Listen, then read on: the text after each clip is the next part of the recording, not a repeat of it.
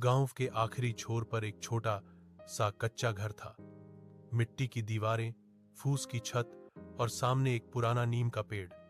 इसी घर में रहता था रामदीन, एक गरीब किसान। उम्र ज्यादा नहीं थी, मगर चेहरे की झुर्रियां उसकी जिंदगी के संघर्षों की कहानी खुद बयां करती थी।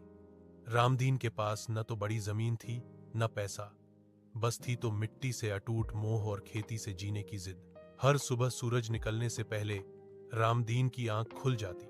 मुर्गे की बांग से पहले ही वह उठकर अपने घर के बाहर रखे मटके से पानी पीता और हल उठाकर खेत की ओर चल देता। उसकी जमीन बहुत छोटी थी, बस 2 बीघा, मगर उसके लिए वही 2 बीघा उसकी पूरी दुनिया थी। सुबह की शुरुआत। खेत तक पहुंचते पहुंचते सूरज की लालिमा आसमान में फैलने लगती। ठंडी हवा में मिट्टी की खुशबू घुली रहती। रामदीन नंगे पांव खेत में उतरता और मिट्टी को हाथों से छूकर जैसे उससे बात करता। हे धरती मां, आज भी मेरी लाज रख लेना। उस दिन वह गेहूं की बुआई कर रहा था।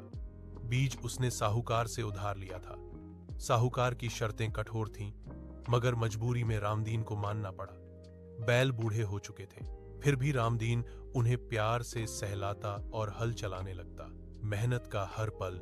धूप तेज होती गई, पसीना उसकी आंखों में भर आया, मगर उसने काम नहीं रोका। खेत की मिट्टी सख्त थी, हल बार बार अटकता, कई बार हाथों में छाले पड़ गए, पर रामदीन चुपचाप काम करता रहा। दोपहर में वह पेड़ की छाया में बैठकर सूखी रोटी और प्याज खाता। वही उसका भोजन था। खाते हुए उसकी आंखों में अपने बच्चों का चेहरा घूम जाता।